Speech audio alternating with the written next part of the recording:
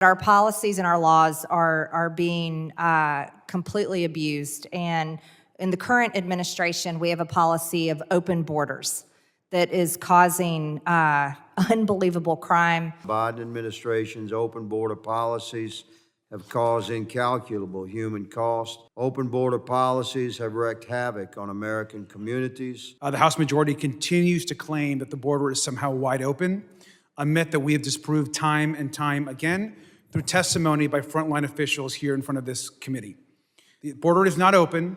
It never has been. I'd also want to remind the people and the people that are watching, the American public, that every member of the Republican House majority, they actually voted to eliminate the Shelter and Services Program, which provides the most effective federal support for bordered communities. Bordered communities actually need more support, not less. But I want to actually focus on something, Mr. Beer. Republicans continue this narrative that's apparently easy to immigrate to the U.S. and that anyone can access a legal pathway. So I want to turn to a chart which you actually submitted in your written testimony and how you actually describe how we can actually enter and actually go through the immigration process. Mr. Beer, this looks not simple and quite complex. Can you briefly explain to the committee what I'm actually looking at here? Right, so this is a flow chart. You start at the top, you have to first get vaccinated, go through all the baseline requirements to immigrate. You can't be a serious criminal, you have to go through the security checks. That's all very difficult. That's even before you get to the pathways that are available. The refugee program, we've got 100 million displaced people around the world. Absolutely. The United States took 25,000 of those. We have the family-based system. We have first the diversity lottery. That's 32 million applicants for 55,000 slots. Family-sponsored, we got 7 million people awaiting in a backlog and Mr. for Beer, U.S. citizens and legal absolutely, and I residents. think that this does not describe at all what my Republican colleagues describe as a system that is actually easy to navigate for folks coming into this country. Nor, I believe, and I would ask you, does this actually show a welcoming and humane immigration system at work?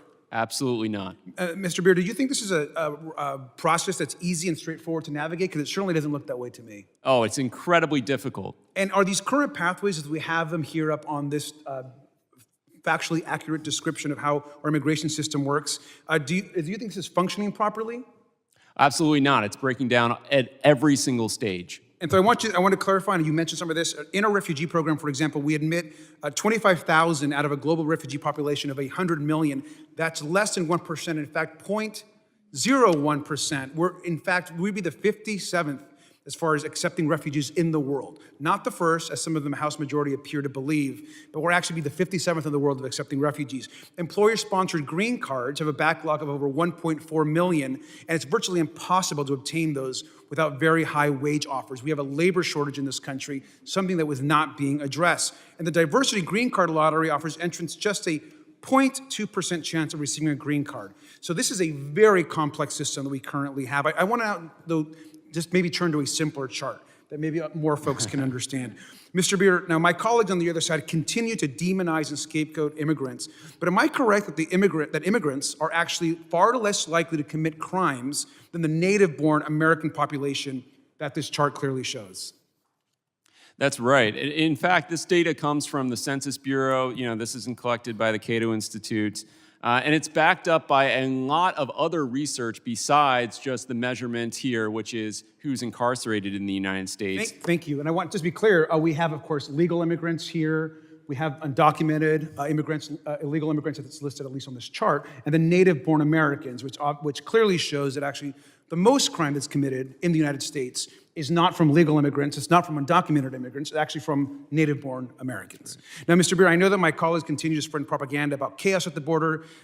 Isn't it also true that border communities are actually safer than other communities? Isn't that also factually correct? That's right, they have a lower crime rate. And the FBI crime data also shows this as well, isn't that correct? That's right. So thank you. I just wanted to close. I came to the U.S. as a young child, immigrated here to the United States. I love this country. It's the best country on earth. I hope we're able to build a country that welcomes other young people like myself. We can actually contribute, give back, become a teacher, and one day serve in Congress. With that, I yield back.